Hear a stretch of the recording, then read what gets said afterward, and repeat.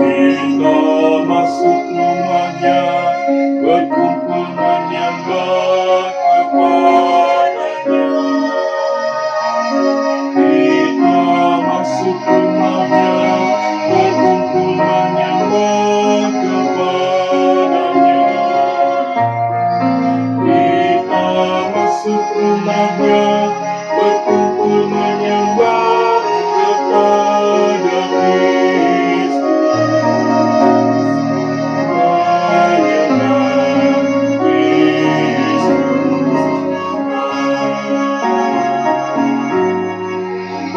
Ubahkanlah dirimu, arahkan hatimu kepada-Nya. Ubahkanlah dirimu,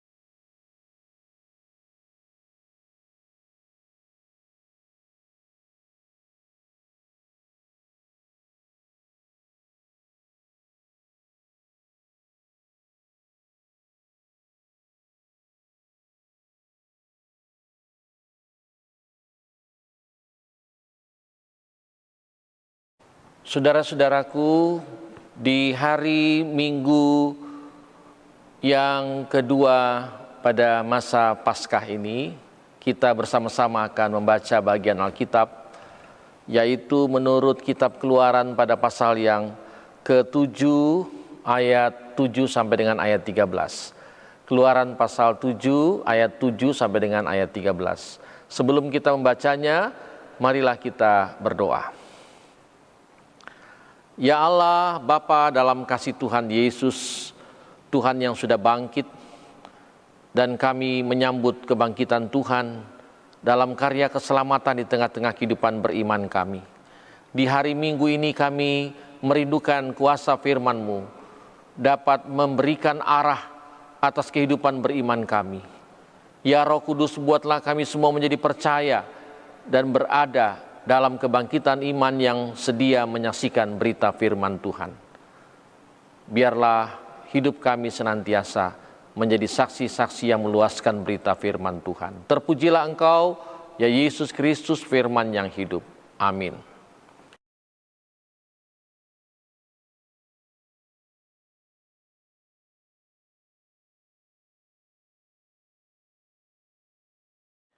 Saudara-saudara, bacaan Alkitab kita, Keluaran pasal 7, pada ayat yang ke-7 sampai dengan ayat yang ke-13, yang menyatakan, adapun Musa 80 tahun umurnya, dan Harun 83 tahun, ketika mereka berbicara kepada Firaun.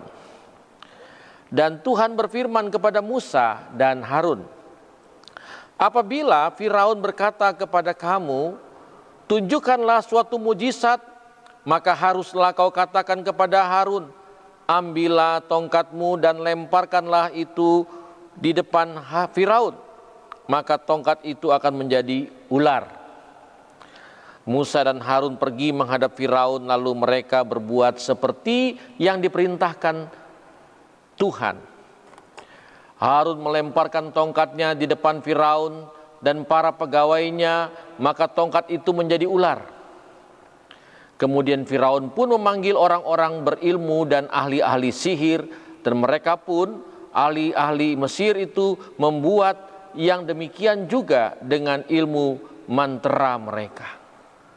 Masing-masing mereka melemparkan tongkatnya, dan tongkat-tongkat itu menjadi ular. Tetapi tongkat Harun menelan tongkat-tongkat mereka.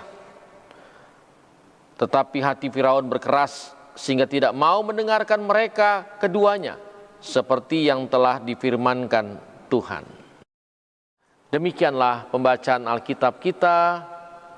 Yang berbahagia adalah mereka yang senantiasa membaca Alkitab dan yang menyaksikannya dalam kehidupan beriman setiap waktu. Terpujilah Tuhan kita, Yesus Kristus. Haleluya. Haleluya, haleluya, haleluya, haleluya, haleluya, haleluya, haleluya, haleluya. Saudara-saudaraku, selamat Paskah. Dan biarlah sukacita Paskah di tahun 2020 yang sangat-sangat lain dan tidak biasa kita alami. Namun tetaplah sukacita Paskah itu menerangi, mempengaruhi kehidupan kita yang merayakan kuasa kebangkitan Kristus. Bahwa sesungguhnya kuasa kebangkitan Kristus itu adalah karya keselamatan bagi kita. Kita selamat oleh karena Tuhan Yesus bangkit. Apakah kita mengalami keraguan seperti kesaksian Injil Yohanes yang menunjuk tentang iman Thomas, iman yang membutuhkan bukti, iman yang membutuhkan tanda. Paskah itu sesungguhnya adalah peristiwa yang histori, nyata, bukan sebuah keanehan. Karena mayat Yesus hilang. Dan orang banyak pada saat itu meragukannya. Dan ketika Yesus menyaksikan dirinya yang bangkit, menjumpai para murid, mereka semua ada dalam kekhawatiran. Ketika Yesus disalib dan meninggal, mereka lari, terkocar-kacir. Mereka percaya bahwa Yesus mati. Mereka lupa bahwa Yesus pun pernah mengatakan bahwa anak manusia itu akan mati dibunuh, tapi dibangkitkan pada hari ketiga. Dan oleh karena itu dalam kisah perjalanan Yesus disaksikan bahwa ia kembali menjumpai para murid untuk mengembalikan percaya mereka. Maka ada pihak yang diwakili oleh Thomas yang pada saat itu meminta bukti, tanda, barulah percaya. Padahal iman Kristiani itu tidak karena tanda, tidak karena bukti. Percaya itu sesungguhnya adalah pengalaman rohani, pengalaman iman. Apakah saudara percaya bahwa saudara telah diselamatkan oleh Tuhan Yesus? Atau saudara percaya bahwa Tuhan Yesus adalah Tuhan dan Juru Selamatmu? Tanpa keraguan, tanpa menimbang-nimbang? Kita semua sebagai warga sidi gereja telah memberikan pengakuan. Percaya dengan segenap hati, apapun yang terjadi. Jadi sesungguhnya kehidupan kita sekarang ini adalah menjaga dan memelihara, merawat, serta terus memulihkan percaya kita itu. Itulah tindakan beriman. Bukan karena sesuatu yang kita lihat, tetapi yang kita yakini. Saudara-saudara, kalau membaca kitab Keluaran, maka kita membaca sebenarnya juga peristiwa kebangkitan Israel. Penyertaan pertolongan Tuhan yang membebaskan Israel dari kuasa perbudakan. Dengan proses yang tidak mudah, yang tidak pendek waktunya, panjang. Kita masih dalam peristiwa awal di mana disaksikan bagaimana Musa bergumul ketika harus menunjukkan bagaimana sebenarnya mereka ditugaskan, diutus oleh Tuhan untuk membimbing, membawa bangsa Israel ini keluar dari negeri Mesir. Dan karena itu dalam bacaan kita pada hari ini adalah bacaan yang sungguh menarik. Bahwa Firaun adalah orang yang tidak percaya. Orang yang tidak mengerti bahwa kuasa pembebasan yang berasal dari Tuhan itu sementara berlangsung pada saat itu. Musa adalah orang yang tidak asing di dalam kehidupan Raja Firaun. Ia terpercaya, sungguh dipercaya. Tapi untuk kali ini Firaun tidak percaya kepada Musa. Bisa dibayangkan bahwa keadaan pada saat itu, bahwa apa yang dikatakan Musa, Firaun tidak percaya. Dan karena itu Tuhan memberikan tips, cara untuk menaklukkan Firaun. Dengan cerita tongkat menjadi ular. Diceritakan bahwa ketika Firaun tidak percaya, maka tongkat mereka dilemparkan kepada Harun dan kemudian tongkat itu menjadi ular. Rupanya Firaun tidak kalah dalam pikirannya, tidak kalah dalam kepandaiannya. Ia kemudian meminta para ahli-ahli yang ada di kerajaan pada saat itu untuk kemudian menyatakan melakukan hal yang sama. Banyak tongkat yang dilemparkan, tapi hanya tongkat Musa dan Harun yang kemudian dapat mengatasi tongkat-tongkat yang lain. Artinya tongkat yang menjadi ular yang adalah milik Musa dan Harun pada saat itu dapat mengatasi tongkat-tongkat yang lain. Berarti tongkat Musa dan tongkat Harun adalah tongkat yang benar. Mengatasi tongkat yang banyak, tapi bukan karena kebenaran. Harun masih ragu. Dan karena keraguan Harun itulah, maka kemudian banyak malapetaka terjadi bagi Mesir. Karena ragu, karena tidak percaya. Saudara-saudara, perjalanan hidup kita ini adalah perjalanan hidup yang oleh Tuhan diminta. Percayalah kamu, percayalah kita. Tuhan berkuasa, mana percayamu?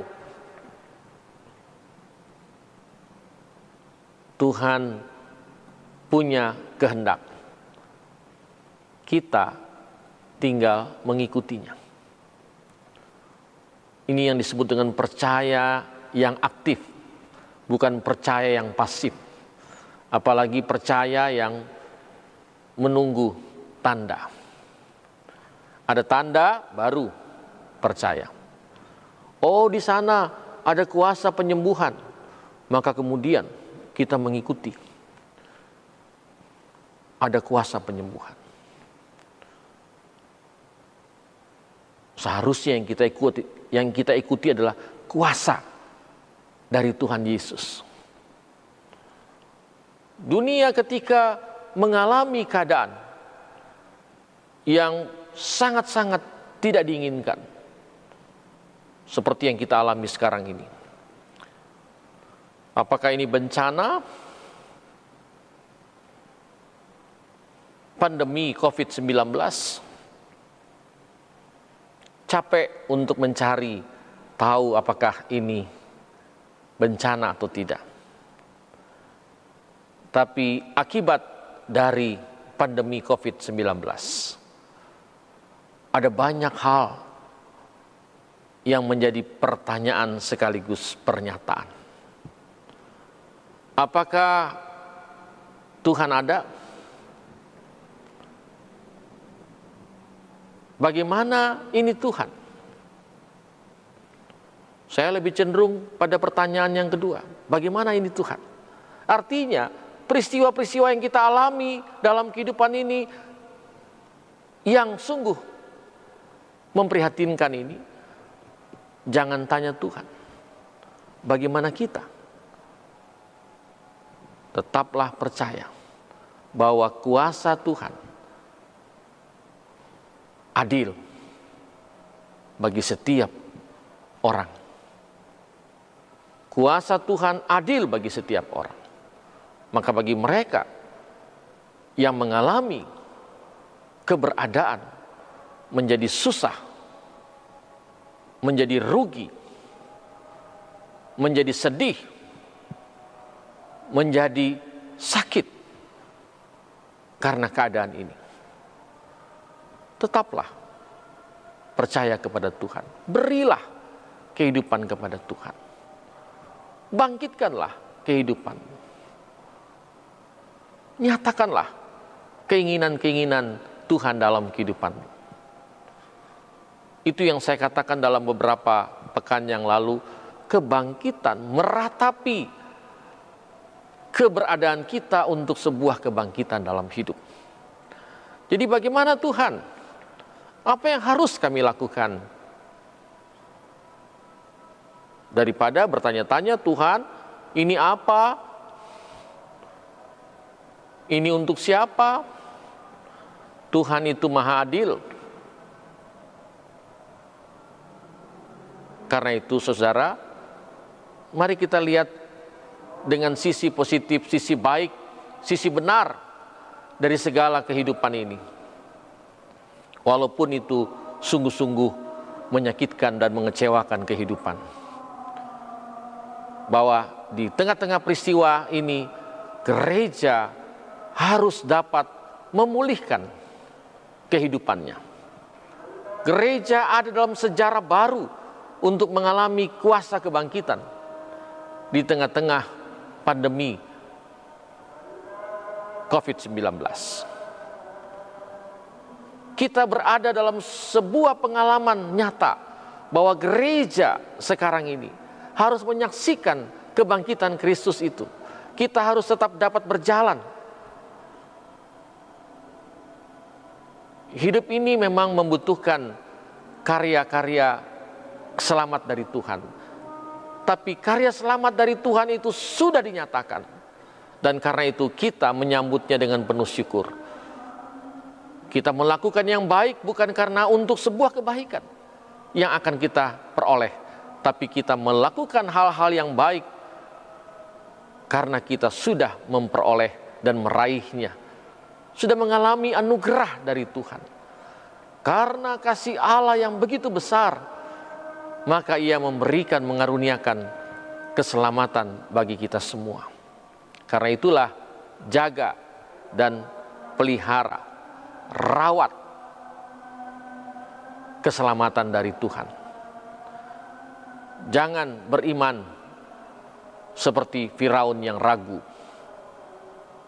Tapi kita belajar dari Musa dan Harun dengan pengalaman yang begitu berarti dalam hidupnya.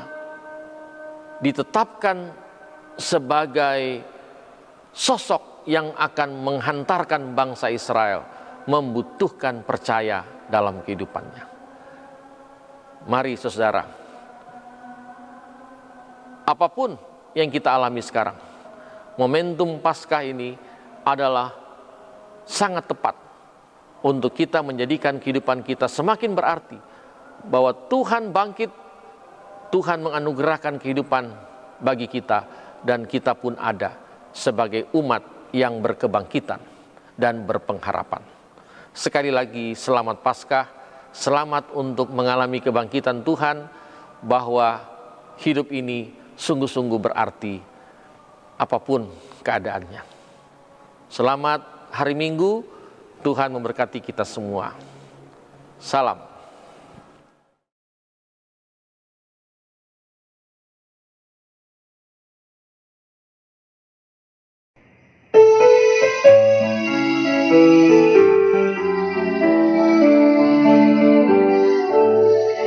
Hidupku disentuh oleh kasih Tuhan, dengan caranya ku disentuhnya, dirangah hatiku.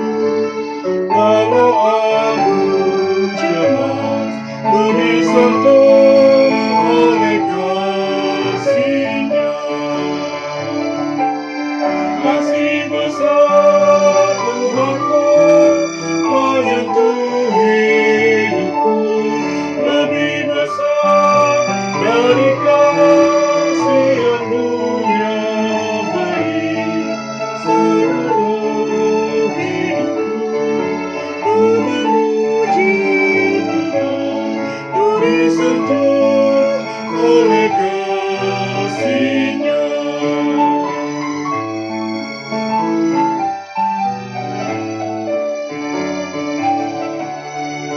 Hidupku disentuh oleh kasih Tuhan, berhidup nyatalah dalam firman-Nya. Selamanya ku tetap berpegang padanya, ku disentuh oleh kasih-Nya. Kasih besar Tuhanku menyentuh hidupku, lebih besar dari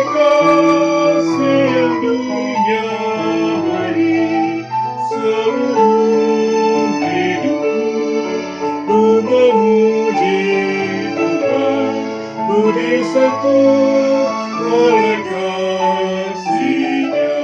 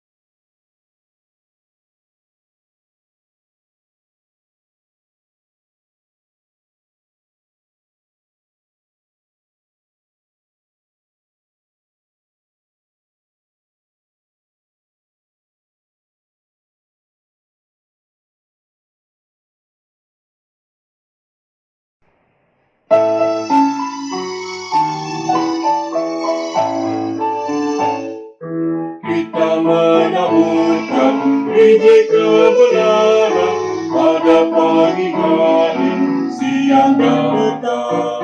Kita menantikan waktu penuaian, pasti ada hasil, hati pun senang. Mari kumpulkan, pasti ada hasil, hati pun senang. Mari kumpulkan, pasti ada hasil, hati pun senang.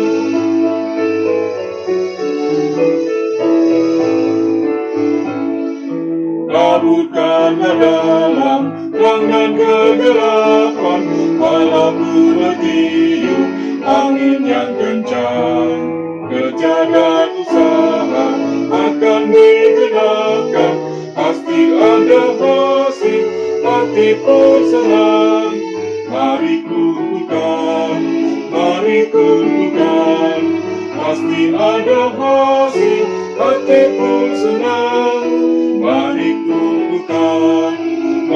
kumpulkan, pasti ada hasil, hati pun senang.